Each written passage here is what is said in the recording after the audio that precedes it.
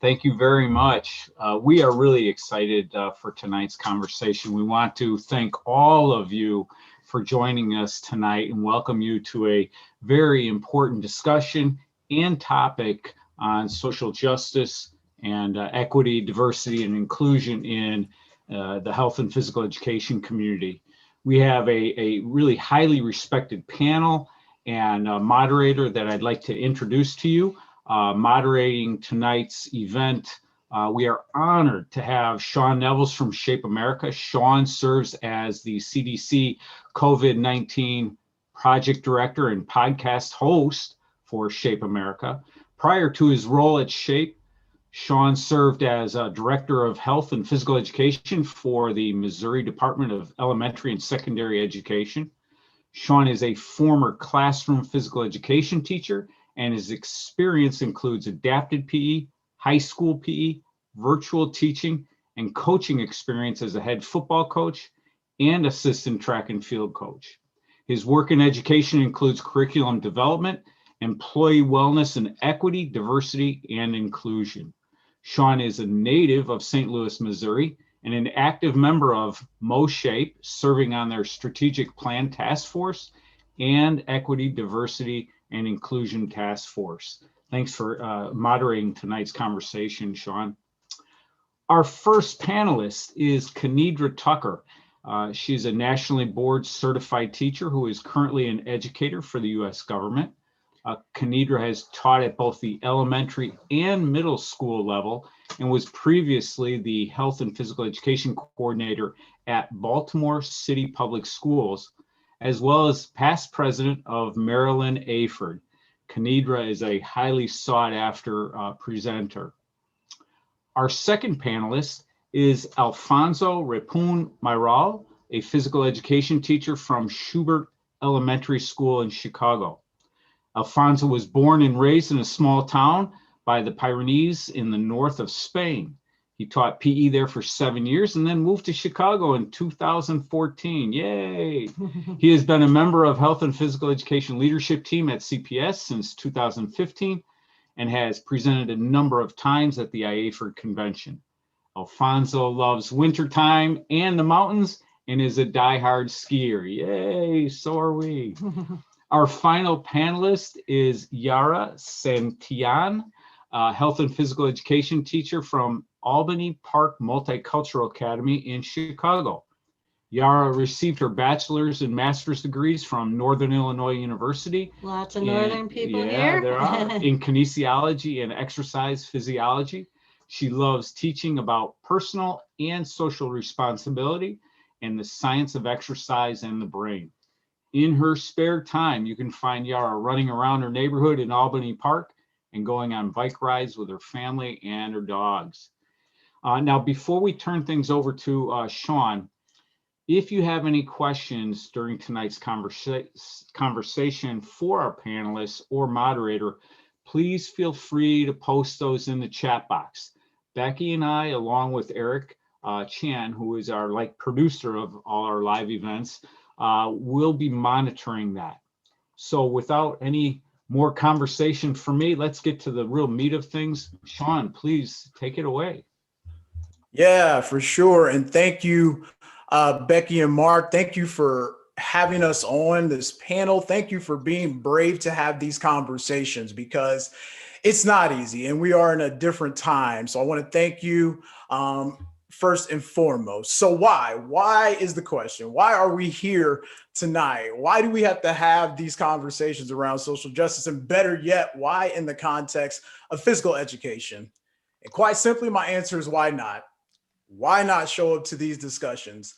Why not have these conversations? And more importantly, why not health and physical education? If you've paid any attention to the news in the past year, we've witnessed a global pandemic, protests in the streets, and most recently, violence in our most sacred office of law. The one underlying issue through all of these events is race. Communities of color have been disproportionately impacted by the coronavirus. Riots in the streets have focused on what happens to be a divisive concept of Black Lives Matter. And the question beneath the insurrection at the Capitol in DC is, what if the majority of the participants were Black? I'll read a quick passage from a message by Shape America that they released June 1st of 2020. And it reads, "To our community, words cannot undo the injustice, anger, and sorrow caused by the brutal murder of yet another Black man in our country, George Floyd. Systemic racism is not new, and to let it continue is intolerable. The hurt, the fear, the frustration, it is pouring out of all of us. As human beings, we must not look away. And as educators, we must do even more. We bear a great responsibility for making a change and helping our students see that a more equitable world can exist. It's our responsibility, and we hear it loud and clear. Our hearts are with the Floyd family, and we will stand together with them to denounce racism in every form. We are not perfect, but we commit to being better. And we thank those of you in our HPE community who have challenged us to do better. Your compassion, courage, and conviction is what we will draw from as we listen and do the work necessary to build a better and more just world. Hashtag Black Lives Matter." So again, I ask, why are we here? We are here to do better, not just for our HPE community, but for the communities where we live and frequent. And more importantly, for our students of all colors, for which we have the great privilege and opportunity to impact, especially through these times. So with that, we'll turn it over to our panel, and I will start with Yara, our educator in Chicago Public Schools. Yara, how are you doing tonight? Hello, Sean. Hey, everyone. All right, Yara. So one thing about your background is that you have a little bit of experience in urban education. So what role do educators play in addressing social justice in education? I think for me, the number one thing that I remember in school as a student is not necessarily the content that I learned, but it was the people that motivated me, that were around me. If I had a good teacher, I did well in the class. If I did not feel like I was supported, I failed a couple classes in high school. I dropped out of college twice. So it's always come down to support for me and the mentors that I have. I think coming from a low-income family and being an immigrant, my mom and dad just wanted me to go get a job that was 40 hours a week that had health insurance. Like, that was success in their eyes. And so when I told them that I wanted to go to college, they were, to be 100% honest, they weren't very happy with it. They were just like, "Why are you going to college? You have a good job." Because I was working at a restaurant and making good money. And so I had to kind of almost educate them in the same way that I was being educated by all my great teachers. And so when I wanted to go back and teach, it was important for me to go back to an urban environment where I can see students that probably had similar upbringings as me and kind of continue to encourage them. So there's a lot of things that I do. I wear college shirts every single day. So every single day I wear a different college shirt. I have a closet full of shirts and sweatshirts from Harvard to Princeton to Yale to Northeastern to Northern Illinois, I can name it. It's growing collection.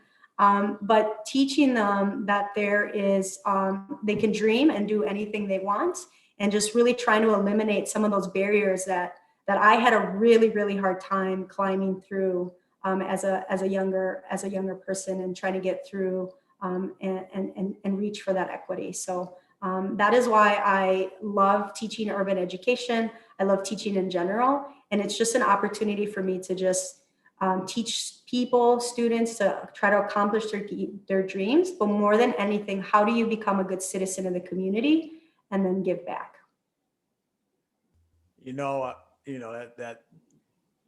It's a special environment to be in, particularly when you're talking about communities of color and being able to teach in those communities. Can you give us, Yara, what makes it rewarding for you to be in that environment? I think just being able to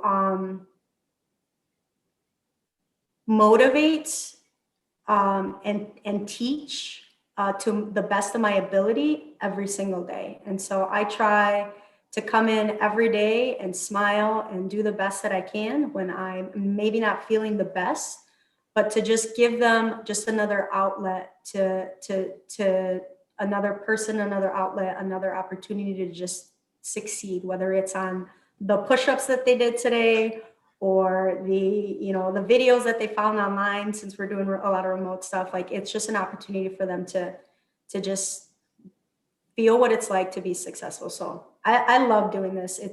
I love it every single day. Those push-ups, I can imagine being in the virtual space now. Those push-ups look a little different. That pacer test sounds a little different now. So all power to you.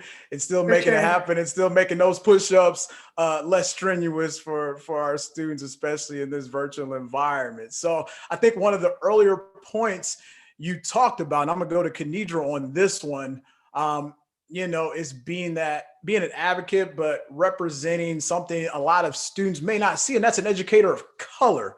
But let's go back again to social justice. So Kanidra, you're well-rounded in this space, when it comes to social justice, representation. Give us the broad aspect of what social justice means, what it looks like in education. Yeah, so thank you again for having me. And I'm really excited that there are 50 people on this chat, because I think it shows how important this is and how dedicated people are to this work. So in terms of the importance of social justice in education, what I think about is everyone having an equitable experience in health and physical education, meaning you're getting what you need to be successful in our content and to be healthy, to be physically literate, and to just have an overall healthy quality of life. And we know that that's just not the case for every student. And so if you look at different pieces of information, research, data, we know that our population of students has increased in terms of diversity in the past 10 years. Like, if you look at census stats, America is this like amazing blend of cultures and diversity, and that's just not going to change. And so for each of those students to feel like their identity is affirmed in our PE and health classes, for each of those students to feel like they have an awesome chance to be healthy, to be physically active, to be physically fit, to take that back to their families, there's some things we have to look at. And that's what social justice does. The other thing that social justice does for me is it calls out inequities. It's not afraid to say that, hey, we have students who are not succeeding because of their color, because of their culture. And what are we going to do about that? So social justice also is taking accountability and responsibility for the work we need to do as educators to deal with those inequities and make sure every single student gets the education that they deserve. That's what we're supposed to be about. I mean, that's why we signed up to be educators, to serve all kids, not just some kids. So Kanidra, there's educators working in the space, and we have a lot of educators that are on live here. And, there is that fear, there's that fear of speaking out and speaking up. What can you tell those educators that want to do the right thing, but don't know how to do the right thing? Yeah, that's a great question. And I feel like educators somehow think that they're not qualified. Like, oh, I'm not trained enough in this. Oh, I didn't have a class in this. Oh, no one taught me this. But when you see things that are not right, you can say something about it. And I think one thing that's important to do is to start doing that within spaces like this, where we have created a safe space where you can ask questions. The other thing is when you're in your school buildings and you have trusted colleagues and you say, hey, I read something or I saw something, and I was just wondering if there's a space that I can talk to someone about it. Even if it's just you and another health teacher, or if you're the only person in your building. I used to collaborate with the music teacher, and we would talk about some of the students in the building, and we would talk about the things that we saw that were inequitable. So I think one thing you can do is to start talking to people that you trust to kind of get those feelings out before you call it out to like an administrator or someone else. The other thing is there are awesome people in our field. I'm really blessed to be a PE teacher because I always brag on us. I'm like, if I need a lesson plan on social emotional learning, I can go on Twitter and post it and like 50 people will respond, and then I walk away with something.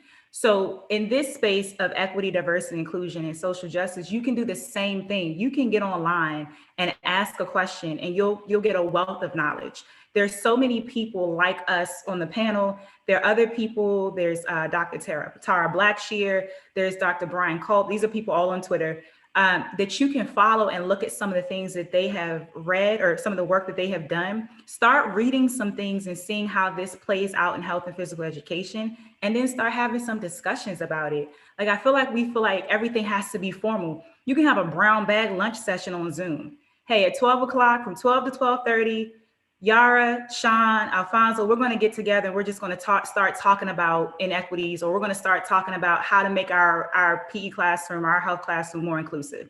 I'm going to share some ideas. You're going to share some ideas. We're going to drop in a Google Doc and share. It's that simple. Like, I'm not trying to minimize the impact of social justice, but too often people are like, well, I don't know what to do, therefore I do nothing. No, there's some things you can do, and you can start with yourself. So I challenge people to do the smallest thing, like start having some conversation with your colleagues. Start just popping up in a Zoom session and say, hey, I had a question. I'm inviting 3 people to join me and let's just talk about this. I think we can start where we are, but we don't have to feel like we have to be the experts on everything. And don't forget, I see it in there. You can ask questions in the chat and I will get to them, at appropriate time. So thank you for those with questions. But Kanidra, you said it. It really starts small. It starts with just your immediate circle, whether it's your fellow health and physical education peers, your department chair, your peers, and all of that. Trust the people you can talk to, and you want to create that environment to have the conversations. You want to create that space to talk about it. So yeah, thank you very much on that, Kanidra. Nope. So, I'll add one more thing. We always talk about advocacy, like advocate for your health and PE programs so that you can get money for this. Advocate for the professional learning that you want. If you feel like something's missing in your district, in your school, as it relates to social justice, send an email to an administrator, share this conversation with them and say, hey, can we get some things like this? Instead of always hoping or wishing that it'll come to you, start advocating for that professional learning that you think that you need. Thank you. So going to Alfonso.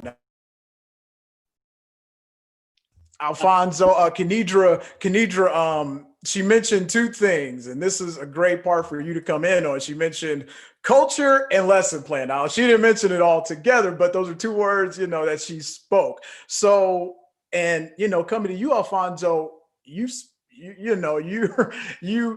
recently came to the States and you've seen health and physical education a different way and in a different culture, and have taught it in a different culture. So, with that, and, in the social justice space that we're talking about, what does that look like? What does that sound like? And how do you promote equity in your teaching, in your curriculum, in your lessons?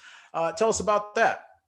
Hello, everybody. And I think that the first thing that we have to understand is what equity means, okay? And equity, for me, is giving to each student what they need, okay? No matter how they are.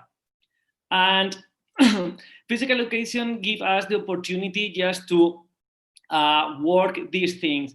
Coming from another country makes me understand some of my students' issues, because all of us have to deal with a student that come to our classes with a different language or with a different culture, and we need to adapt our teaching to them. And I had to adapt myself to that new circumstances.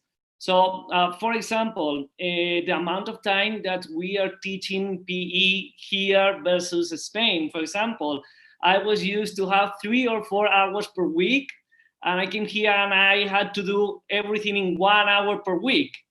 So I started to have a lot of issues with classroom management, because it is not the same seeing my students once per week than 3 or 4 times per week, because after 2 weeks, we can act as a whole, we can know each other, and we can start that learning. And here the pace is it is a bit slower.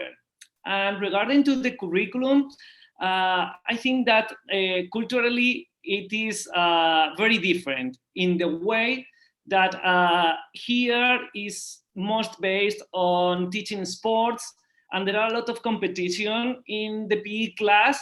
And it took me a lot to understand it, because in Spain, if you want to do competition, you can go to after school club or youth academy that Barcelona, Real Madrid, or whatever team have in any sport. But here, they need to be competitive, because if they want a grant in the future, they need to earn that in that PE. So for me, it was difficult at the beginning trying to balance those things, that competition with the learning thing. I can only imagine how it was, or how it may be to have Real Madrid in your backyard to do, to get a quick game in and get some exercise after 3 or 4 hours a week of PE class. I think most educators in this space right now would love to have 3 or 4 hours a week of physical education, health education with their students. So yeah, for sure. Thank you so much on that. Lot to unpack here, and a lot of good stuff so far. So I'm gonna kind of switch us off to a different question here, and let's talk, here in the group about virtual teaching. And I'll go back to Yara, and you talked about that. How has the pandemic exacerbated some of the inequities we see now in education, and particularly, health education? I think for our students, especially the students at my school, access is probably the number one thing that comes to mind. You have a variety of students that have different technology. First of all, they have different technology equipment. And then from that, they have different technology skills. And then you see the bandwidth is different. And so they're not able, some kids have trouble getting online. Some kids aren't able to kind of advocate for themselves. So for example, earlier today, students were working on a project, and I jumped on GoGuardian and was just, to check to see what everyone's doing. And there's a student whose screen was just loading. And so I sent a private comment, and I was like, is everything okay? And then the student was like, oh, my internet's really slow. And so the student oftentimes just doesn't complete work. And so I just don't know really what's going on a lot of times unless I ask. And so that is a skill, I think, when I think about access. I don't know that they always know how to ask for help. And so a lot of times it's just like, all right, this is what maybe for whatever reason, maybe this is what they feel they deserve, or I'm not, this is the grade I'm getting, I must be like stupid or something, which we all know is not the case. But how can we help them kind of navigate through those things? And so whether it's advocating for them and being that voice for them, and reaching out to them and kind of monitoring to see what they're doing, offering after school help, calling mom and helping her get on the Wi-Fi to try to figure out what's going on and things like that. I think that a lot of times when it comes to remote learning across the district, and you see at some of the numbers where it comes to people that are actually attending school, people that are struggling with online learning, it really kind of highlights the inequities across the district. That is a district of Chicago Public Schools, and how it really makes it difficult for my Black, Indigenous people of color. Thank you. I'll take that same question and I'll go to Kanidra with it. Kanidra, first off, Kanidra, I can't thank you enough. And I know Mark, spoke your intro, but Kanidra is definitely a fighter in this cause when it comes to EDI work, and particularly for health and physical education. But she has recently been called back to the classroom. So Kanidra, what inequities have you seen, have you heard in your space? Yeah, so first of all, you're right. So as a health and PE specialist in a central office, you typically deal with professional learning and supporting teachers, but we got called back, some of us as specialists, to teach virtually. And so one of the things I saw was very much what Yara was saying in terms of access. So some kids, would send messages, hey, I can't do the assignment right now because my internet is down. I couldn't open Microsoft Word document. some of the kids couldn't open the document. So I put it in Google Docs and shared it with them because they have emails. I mean, I was teaching middle school health and PE. And so I also work for a government system where kids move across countries. So if I'm moving from one place to the next, I'm not really focused on work. I'm trying to get set up. I'm trying to move. My family may be in transition. So being able to give kids leeway and say, okay, I understand, and just turn the assignment in when you get settled and you get your internet back up. I mean, those kind of things. Kids saying things like, I don't want to be on camera, because some of the activities they were doing were like filming fitness videos and things like that. And they didn't want to be on camera. Even if we're looking at form and how to do a squat and how to do lunges, they didn't want to show their faces. So trying to be mindful of that and say, hey, can you may possibly take a picture and send it to me, or explain to me how you do the exercise for benefit and for safety.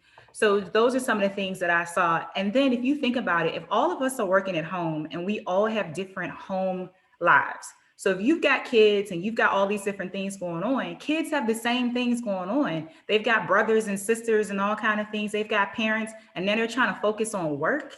It's just a lot going on. And when you're in school, you can move a child to a different classroom. You can take them to the media center and give them a quiet space. They can come in during their lunchtime and sit with a teacher and go over some homework that they didn't understand the night before.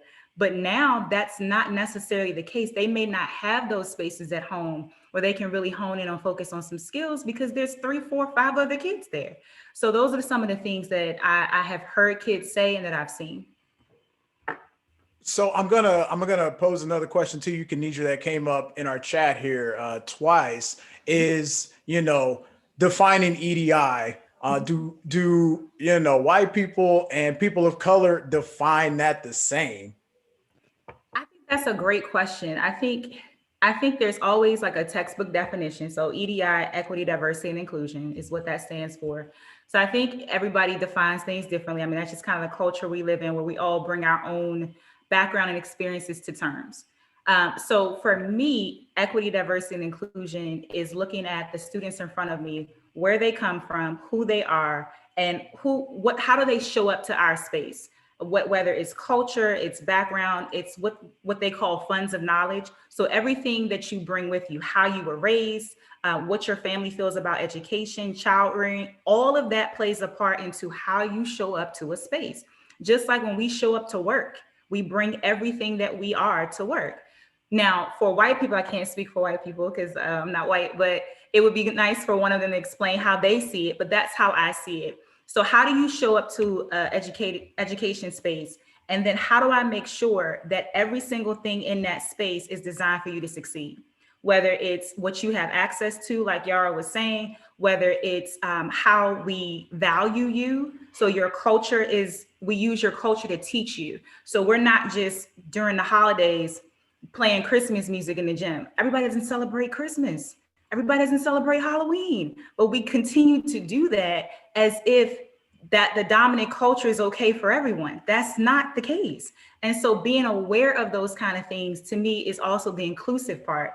You also have to look at our students who may be transgender or not LGBTQ communities. These are students who are coming to school and they don't feel included sometimes for whatever reason. So how are we making our teaching spaces inclusive of every single child that walks in the door? And yes, it can be a challenge, but that's what the inclusive part means to me. The diversity part means being aware of cultures and valuing those cultures, not just Black History Month. We're gonna learn about Martin Luther King. No. So we're valuing every single piece of how Black people showed up in American history and what that means to students, not just picking a one and done day or a one and done month. And then the equity part, again, is how do we make sure that every single child gets what they need to be successful? And it's going to be different depending on the students that we deal with. So I'm going to add on a little bit to what you're saying, Kanidra, and then I'll kick it off to Alfonso. But, a lot of the EDI work, especially in organizations and businesses, is contextual. What does it mean for your business, your organization, your school, your department? What does EDI mean? You have to define that. You have to bring those people to the table and define what that means. I'm on the EDI task force for MoShape.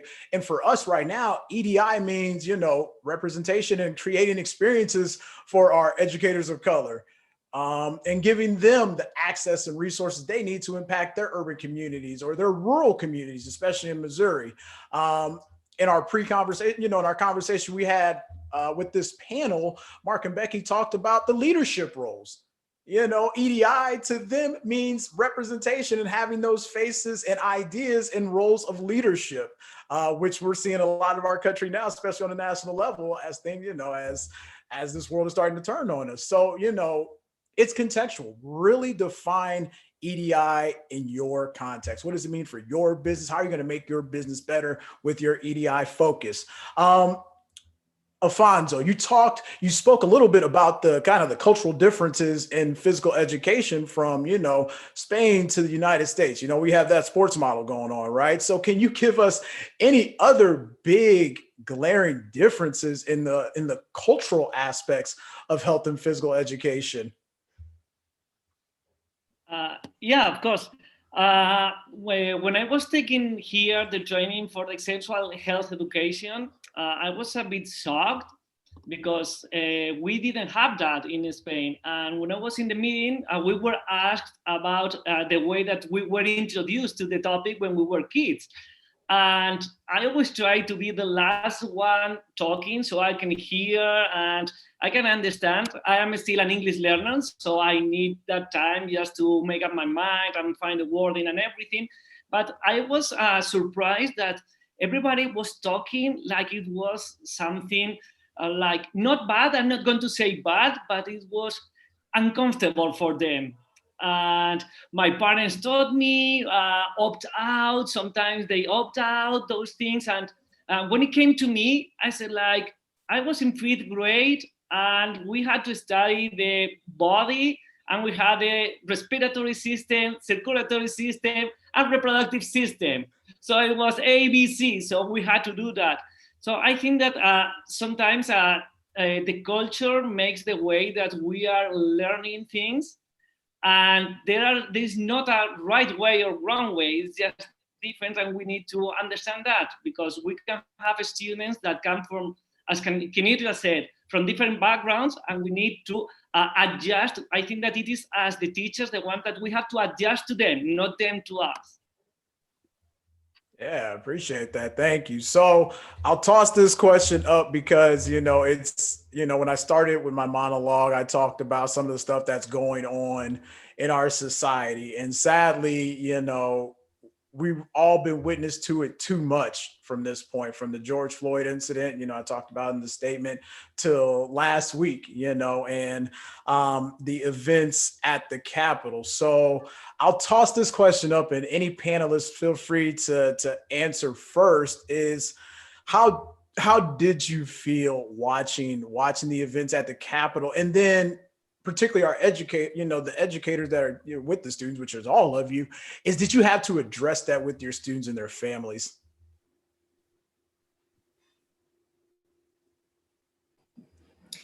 I can go. So it was, I try to keep the news on whenever I can during my breaks and things. And so I kind of had just gotten back from lunch and I was like, what is going on? And so I knew the next day, as I've done with major kind of historical events and things that have been happening with current events, I always address it right away the next day. And I try not to make it the entire thing. I just want to say that I know this happened. And so this is how I'm feeling. And let's identify how we're feeling. And so every Monday we throw up an emotion chart. And I try to do that because I'm really into emotions and social emotional learning. And so I had them fill out a form that they normally do on Monday, but I had them fill it out on Thursday. And it's just, something that makes me anxious, something that I'm looking forward to, just again, them giving them an opportunity to identify their feelings. After that, we talked about what's within our locus of control. And so I had students just very briefly, again, this wasn't the whole lesson. It was about 5, maybe 10 minutes at the most.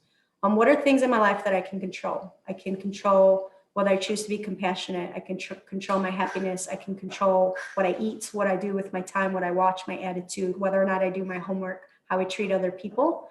Things I cannot control. I cannot control what other people say about me. I cannot solve world hunger. I cannot control the weather. I cannot control sometimes who I love, happiness of others, the past and the future.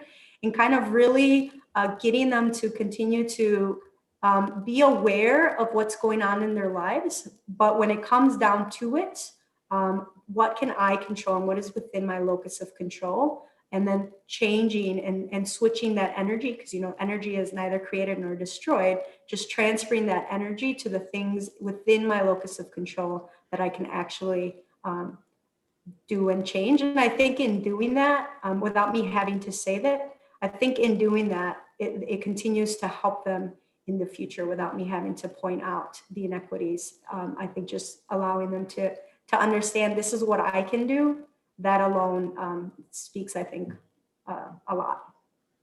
Yeah, and when you mentioned the emotion chart, I just thought about the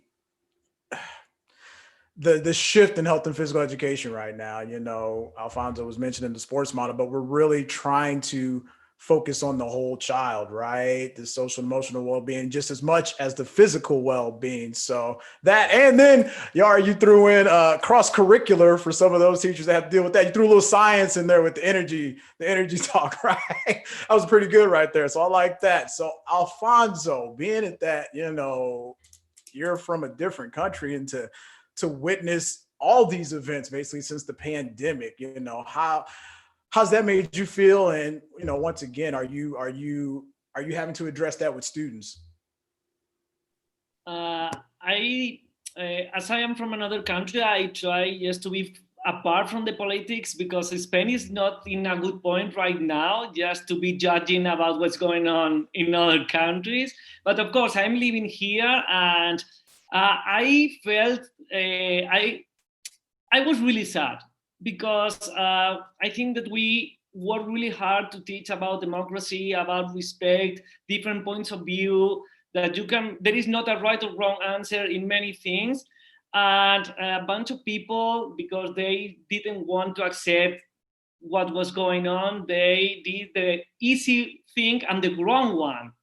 And at this point, I think that we need to teach the students that, as Yara said, there are things that we cannot control, but there are things that we need to know if they are good or bad. It doesn't matter if it is the right side, if it is the left side, it is something that it is not acceptable.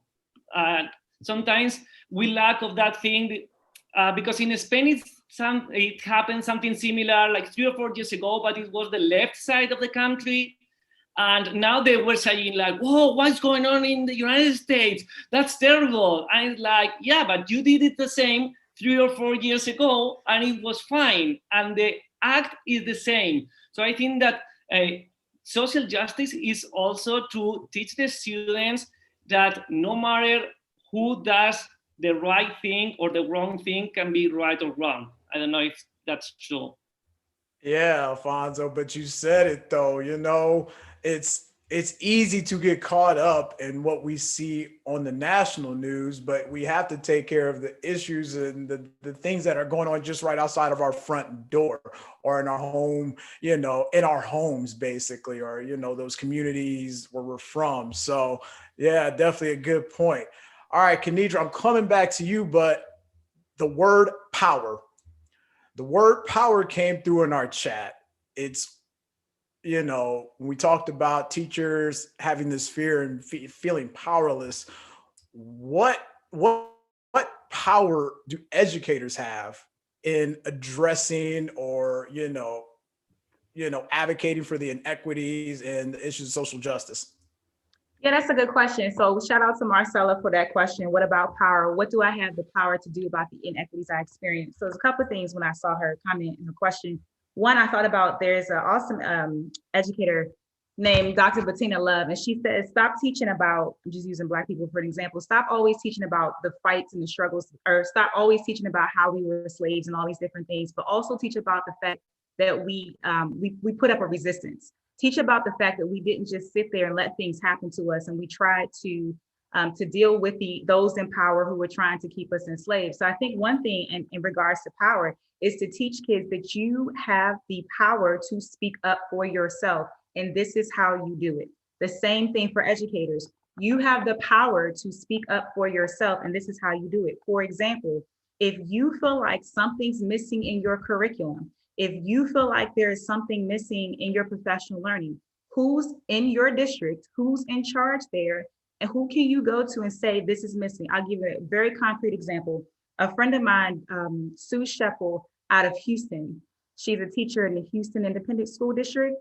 She said that the magazine that we order our health and PE equipment from did not have representation of students of color.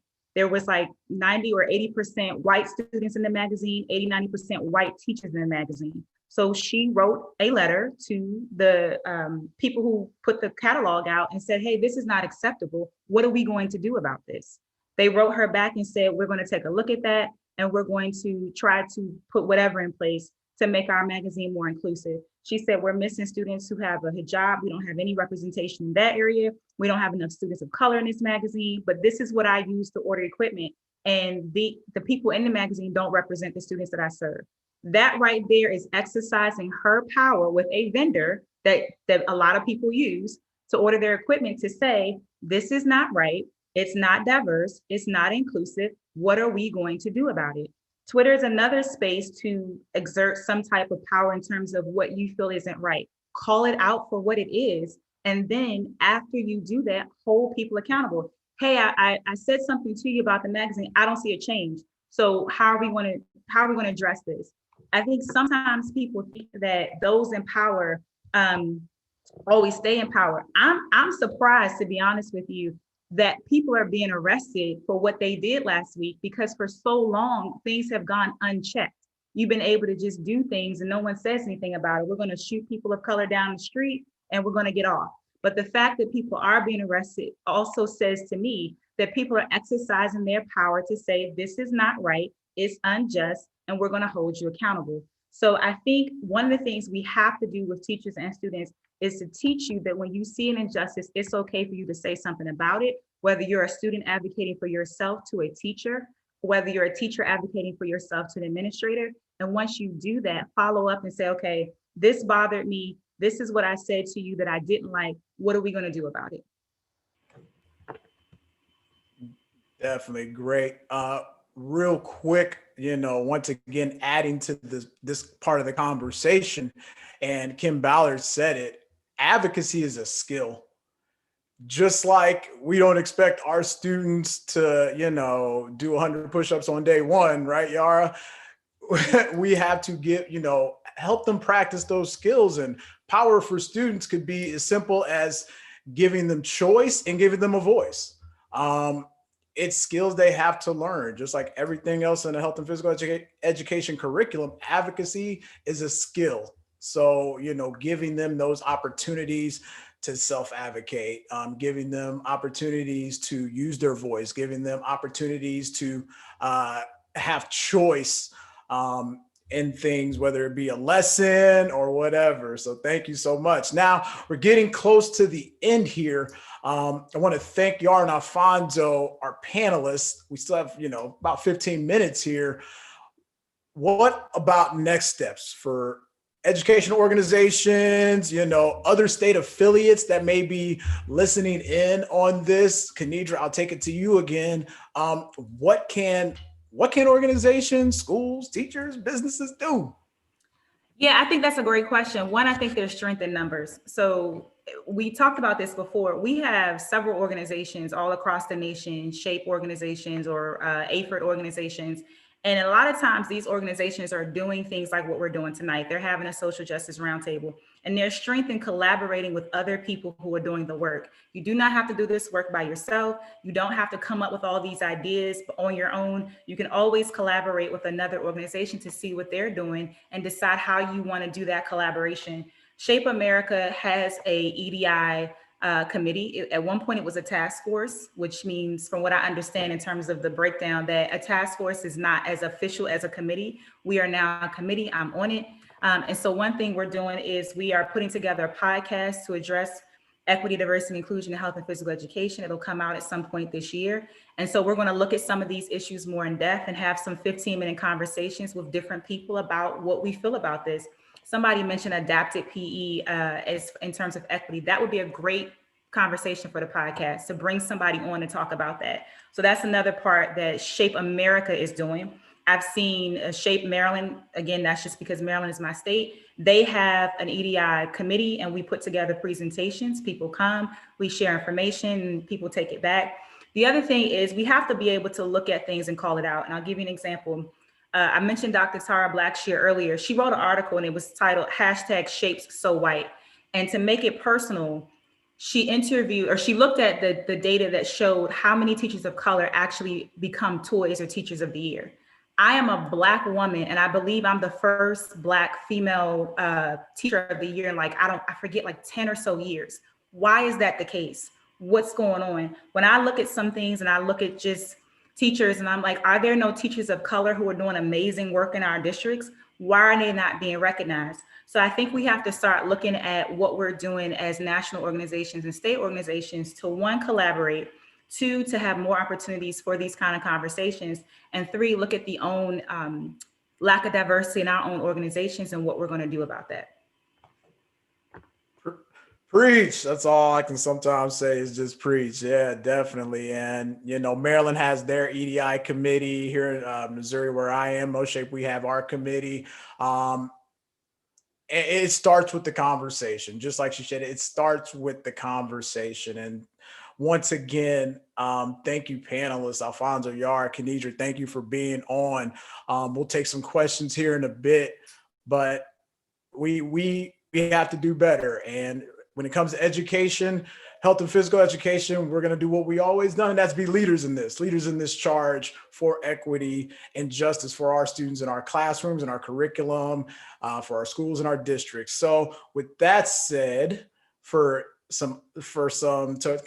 round us out, let's take it back to Mark and Becky.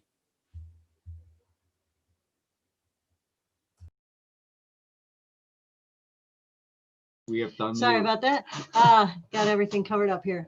I am putting into the chat several links. The first link is a Google form. We would love to keep this conversation going after this with any of you in IAHPERD that are interested in continuing this conversation and actually digging into what we can do organizationally. I would.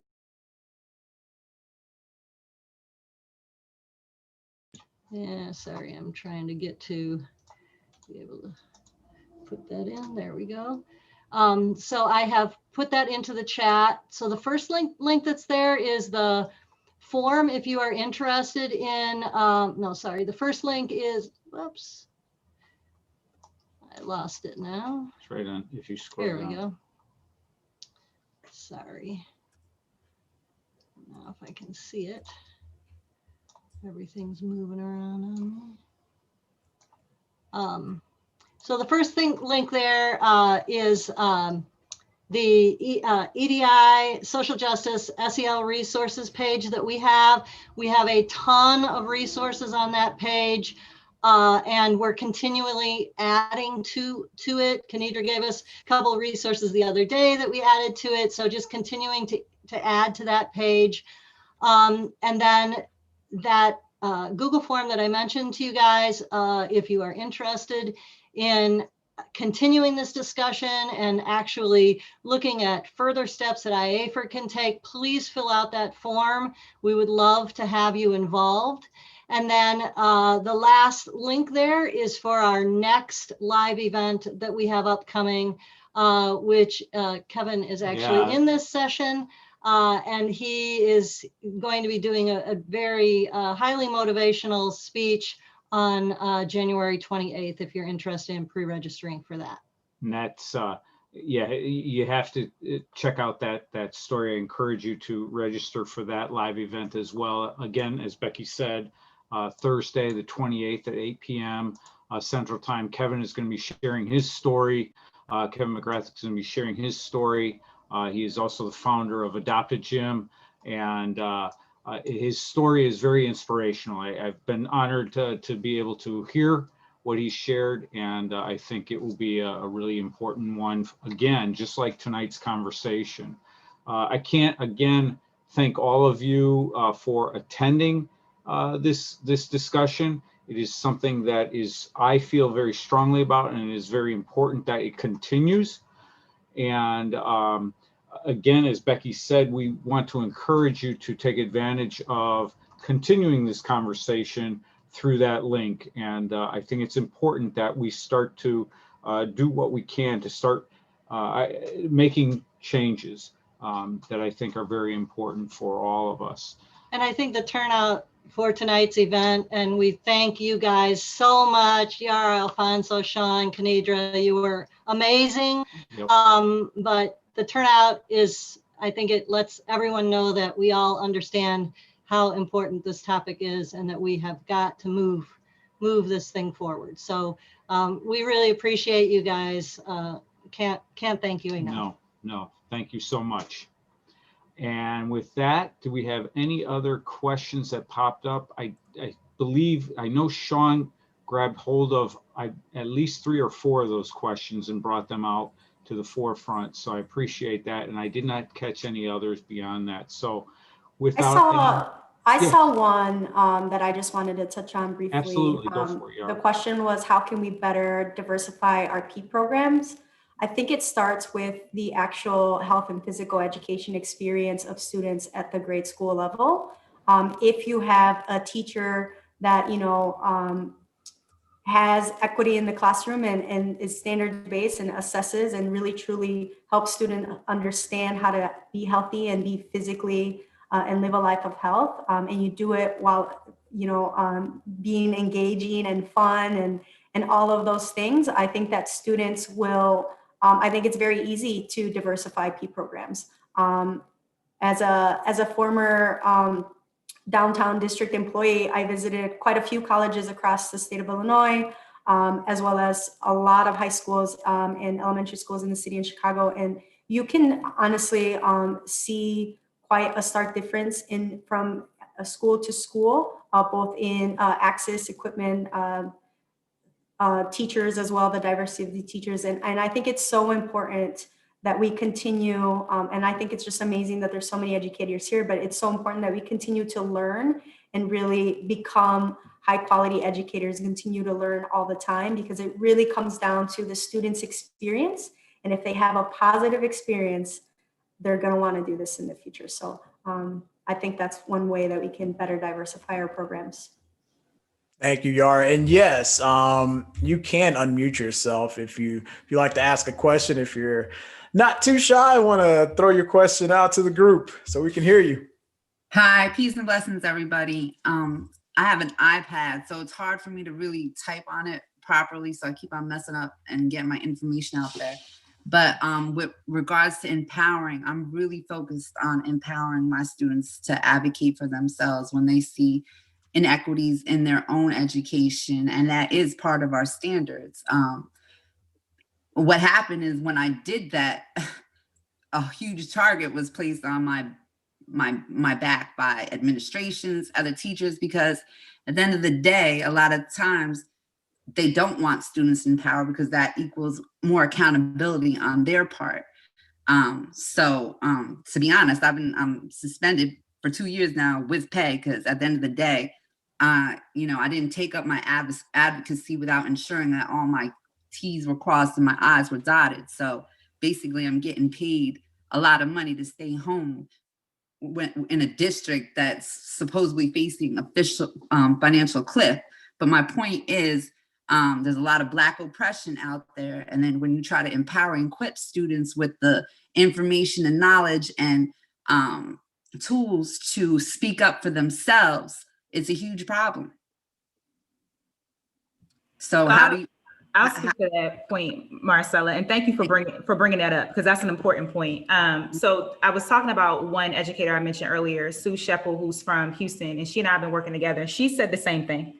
She said that when she tries to talk to her students, she talks to her students and they want to have these conversations, but in some cases in the school building, it's not always encouraged. And so, for example, we were talking about what happened last week When she came to PE, she was telling me the kids were like, oh, you're here. Great, we can talk about it now. And she said other teachers were like, yeah, we decided not to talk about it. So you are not the only person who is experiencing that. So one thing I think that when I know I'm not the only one who's experiencing something, I'm like, okay, it's not just me. I have other people in the struggle and the fight. So one thing I would say is, and I can send you her email, is connect with other educators who are experiencing the same thing that you are to see what they're doing that's working.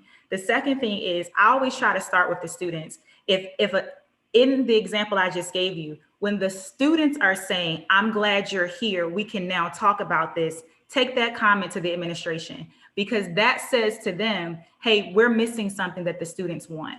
And how many administrators, I don't know, I haven't been one, are going to argue with the fact that the kids are saying, hey, this is what I need. This is what I want to talk about. This is what's going to help me. Are you going to argue with kids saying that that's what they need? That's a social emotional learning skill right there. So I think those are just two examples of things that you can do. But in any case, in any situation, you may be targeted. People are not going to like what you're doing, especially if you're shaking things up. But that doesn't mean that you don't do it. And it doesn't mean that you don't continue to advocate and empower your students to do what they're supposed to do. But student voice is really key. When kids can say, hey, we want to talk about this. When kids can say, well, when Miss Marcella allowed us, I'm saying, Miss, that may not be how you go. When Marcella says, when Marcella said that we could talk about this in class, that made me feel like such and such. Lead with the kids. Let the kids tell their story to the administrators, and you kind of pull back from it. That's just an example and a suggestion. No, and I appreciate that a lot, but I also just want to add on to that. That's why Black oppression, bringing that into the loop is so important, because certain voices are valued more than other voices. And a lot of my students' parents have been beaten up a lot. So and they get criminalized sometimes even when they come into a building. So they're not speaking up. So I'm just saying, I'm not trying to be discouraging anybody. That's not what I want. I just want to be truthful and say it's a machine, and it takes a lot of work. Thank you. Thank you, Marcella. Anybody else? Any questions I may have missed in the chat, or anybody else have a question they want to speak up on? Yeah, Yara mentioned a couple of things that she asked on her Monday emotions board. I was wondering if she could share those again, because I'm sure a lot of people would like to add them to their social emotional education. Absolutely. Let me bring it up. So the first thing I asked them is how they're feeling. So there's, it's emojis. There's great, ready to learn, pretty good, happy to be here, and I'd be happy to share this in the chat, although I think you might need a CPS email to open it. I'm okay, still figuring it out. I've been better, feeling nervous, or I'm having a hard time. And you'd be surprised how many students are having a hard time. Actually, you probably wouldn't be surprised, because a lot of us have hard times. So I think it's important to talk about emotions in equality. So sometimes people say, oh, don't be sad about that, or you shouldn't feel angry about that. But we were given emotions for a reason. Biologically, we have emotions for a reason. If we did not need them, we would not have them. And so it's important to help students understand that it is okay to feel anxious. It is okay to feel sad. It is okay to be happy, mad, all of the emotions. But how do I manage those emotions? Even happiness, right? I tell this to them, how many times do you come in and you're just thinking about that text message that you got, right? Even too much of that, how do you control that so that you can continue to do your everyday things? And so we really start with kind of identifying how they're feeling. From there, I ask them to just share anything. And so a lot of kids tell me what Roblox game they're, what character, whatever they're into, K-pop, what food they had. It's just an opportunity to build relationships, because I think oftentimes that's something that's really missing in the remote setting. And I think, without them saying it, I think they look forward to it, because sometimes they'll say, are we doing this? And then I just have to say, yeah, we're getting to it. What makes you most excited about this week? What makes you most nervous? And then the last question I say is, while it is okay to feel nervous, what are some things you can do to better manage anxious feelings so that you are able to have a productive week? and that's it. I mean, it's short, but I tell them I don't share what their responses with anyone unless it's hurtful to them or other people. But I think it's just a powerful tool. So I recommend everyone use it. All right, and for my panelists, if you could, I think somebody asked a question about sharing your Twitter handles. So if you don't mind and want some new followers, you can go ahead and drop in your Twitter handle. Kanidra and I already did. Still need one from Alfonso, Yara, and the Foamers, if you don't mind. Anybody else? Comments, questions? Thank you all for attending. Just appreciate everything that you do. Once again, me being on this side, there's moments I wish I was still in the classroom, but I have all of you to live through and to hear your stories and hear your experiences. So just keep doing great work. Was that a question? Comments about coming through? I have a question. And again, I've been mulling this over for the past month now, and I can't get it out of my brain. Are you able to do social justice if you don't have a set of facts that we agree on? And I feel like for me, that's where I've been landing on the whole time. And some of these facts, I feel like our organizations wouldn't support if we talked about them. So I don't know how much actual social justice they could be doing. So an example would be, can we make the statement that Black people have been legally and systematically oppressed in this country? And if we can't make that statement, can we really engage in social justice? We're talking about LGBT. If we say being part of that community is not a choice, if you can't make that statement, how much can you really be supporting these communities? With disabilities, the goal is not to be typical. There's more than two sexes. I mean, we could go on to all the marginalized groups and pull out the facts. And I feel like until we as people can say, these are facts, I'm not arguing with you, I'm not debating you, this is the fact. We can't help people like white people want to. We can't help our marginalized communities because we don't actually understand them. So I guess my question to the panel would be, do you think we'll ever get to a point where we'll have this facts or Bill of Rights or whatever it is about these other groups that we could all jump off on? Because if not, I just don't know how much these organizations actually can do when they don't understand the problems. I'll leave that to the panel. Kanidra looks like she has something she wants to say. So Justin and I talk all the time. So it's funny because there's this book, Dr. Welsing, Francis Cress Welsing, or is it Dr. I forget who it is. I want to say Dr. Welsing, but it's Neely Fuller. And he says, if you don't understand racism and white supremacy, everything else is going to confuse you. If you can't start there, you're not going to understand everything else. So here's the thing. Do I think we're going to ever get to the point where we're all going to agree? No, I don't. I mean, I'm just going to be honest. And I still think I can change the world. But I do think, though, when George Floyd was murdered in May, and I saw mass protests across different countries, I had never seen that in my lifetime. I had never seen that on television in the civil rights movement for my parents' lifetime, where people across the world were saying, no, this isn't right. That's when I was like, oh shucks, it's something shaking up. Because you've never seen people across countries saying, what? That I had never seen that before. So that gave me hope that there is a possibility that we can change things, but it's still going to be a fight and a struggle. I 100% agree with you that there are certain things that we have to call out as facts. Oppression, injustices, we have to be able to say that this happened, and because this happened, we now have all these inequities. And there are some people who are not willing to do that. The second thing was last week at the Capitol, when there were people who were in arms and adamant about what they were doing, and they were the ones doing it by themselves. And they're like, there was no Black Lives Matter down there going back and forth. You saw on display how people felt. You could not argue with what they were doing. They were trashing the Capitol. You can't argue with that. That is something we can all agree on, that actually happened. So I do think that there is a place where we can agree on some things. Will we all agree on it? No, I don't think so. But that's not going to discourage me from continuing the work that we do and the conversations that we're having. I think we're going to make some progress, but the kind of progress that you're saying, I don't know. Just my humble opinion. A lot of good questions, and now people sharing Twitter handles. We're gonna create a little community here, a little Twitter social justice community. This would be great. So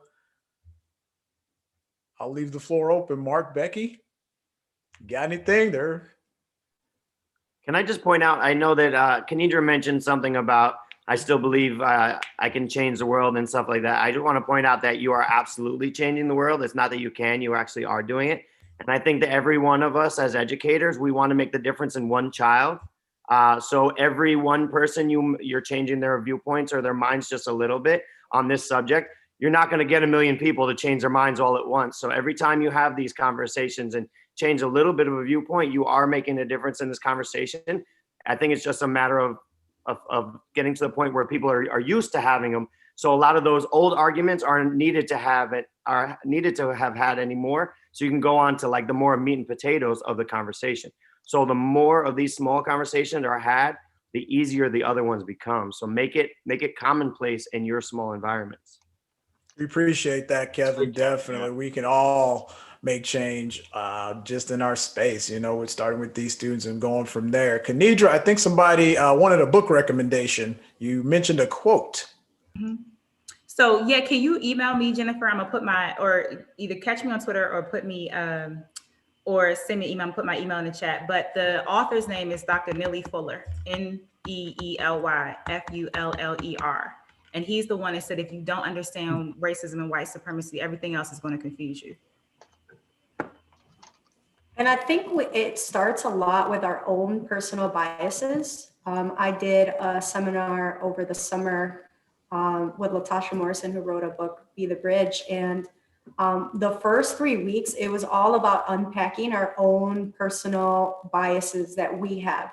And I was like, wow, like I was so surprised at just my own things that I had to unpack. And so I think a good place to start when we are looking to actually start is to look at our own biases that we have, and then just being aware of them first. Because once you're aware of them, I think it's a lot easier for you to then seek resources to try to learn from them. But how do I make myself aware of the things that I'm thinking and how I view things as well? You have to probably put the name of that book in there, Kanidra. And then the formers also shared their link again for Chromebooks and Health and Physical Education that has a book list, I believe, there. Right. Yes. You all are good. We started with about 53 in this conversation. We still got 40 going on strong after 9 o'clock Central Time. So nice. What else we got? Any other questions? Any other questions? Yeah. That's awesome. I can't thank Sean and Kanidra and Yara and Alfonso so much for your time.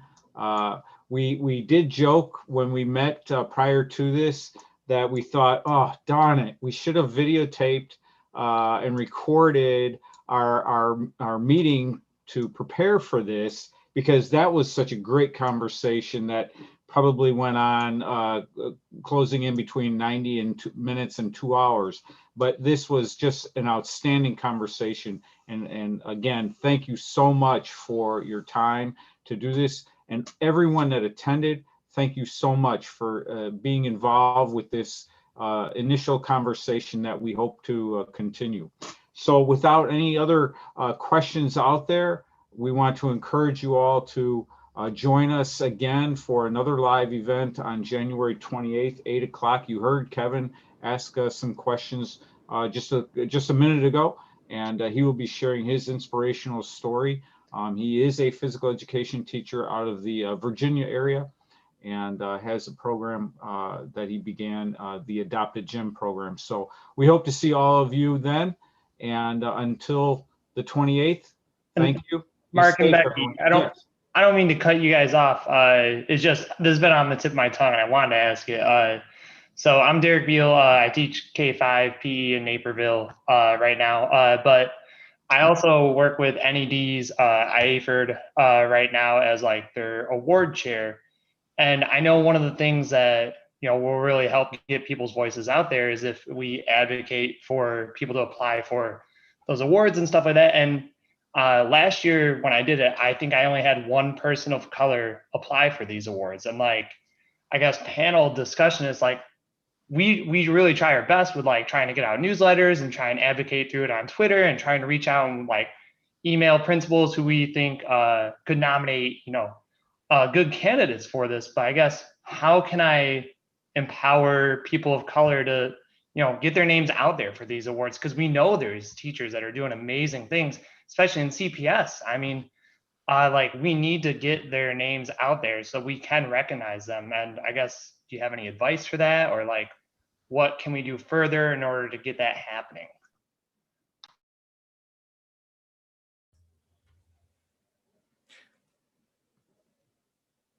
Mark, you're muted if you are talking. I was just going to say, that maybe that's something for us, Derek, that we can start having now that we've got this connection with Yara and Alfonso, and we already know many people in leadership roles such as Katrina and Mona Lisa from Chicago. And that might be something that we in the future get together and figure out how can we really narrow this down and target it specifically to try and get that information out, and just have a brainstorming session to come up with ideas. So I'm glad you brought that up, Derek. That was really good. Thank you. And I'll make sure I follow up with some of the players here that were involved, and we'll see what we can get done. Can I just make a real suggestion for you real quick on that piece? Because this is Marcella again. Chicago Teachers Union is like one of the leaders in using unionism to towards social justice, because that's what happened to me. I got in trouble because I used my unionism for social justice, and apparently you're not supposed to do that. You're only supposed to use it for your salary and your benefits. But anyway, Chicago Teachers Union does a great job, and well, I'm not gonna say great, but they're the best I know outside of maybe Seattle and the Northwest. But maybe hooking up with them to push that, and that might be a start, because that would be a union, because you want to collaborate with unions, but a lot of times they're not open to that. But I think Chicago Teachers Union would be really open to that. Thank you. Mm-hmm. You're welcome. Thank you all. Thank you. Any other? All right. Thanks, Thank everybody. you, everyone. Thank you. Have a good evening, everybody. Good conversation.